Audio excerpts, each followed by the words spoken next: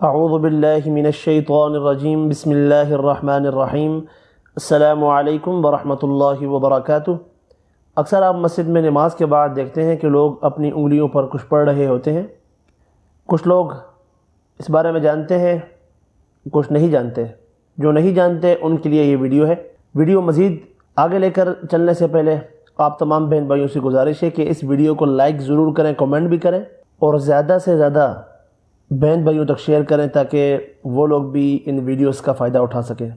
تسبیح فاطمی یا تسبیح فاطمہ، اس تسبیح کی بہت برکات ہیں۔ نماز فجر اور نماز عصر کے وضو کے بعد خاص طور پر یہ تسبیح پڑھی جائے۔ ارشاد نبوی صلی اللہ علیہ وآلہ وسلم ہے کہ اپنی نمازوں کے بعد اس تسبیح کا پڑھنے والا نامراد نہیں رہتا۔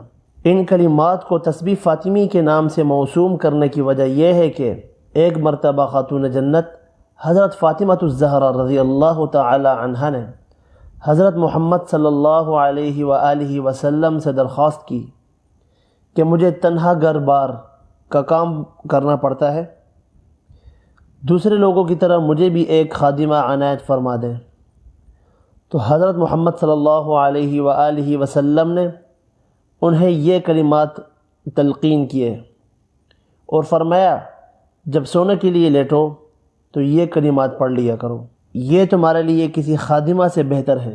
کلمات اسکرین پر آپ دیکھ رہے ہیں، 3 کلمات ہیں۔ ایک سبحان اللہ، مطلب اس کا ہے اللہ پاک ہے۔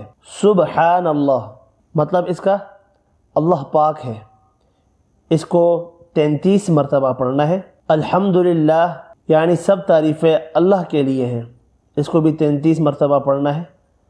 اللہ اکبر، اللہ سب سے بڑا ہے، اس کو 34 مرتبہ پڑھنا ہے۔ فجر اور عصر میں فرض نماز کے بعد سنت اور نوافل نہیں ہوتے، اس لیے لوگ اس تسبیح کا ذکر کرتے ہیں، سبحان اللہ، الحمدللہ، اللہ اکبر۔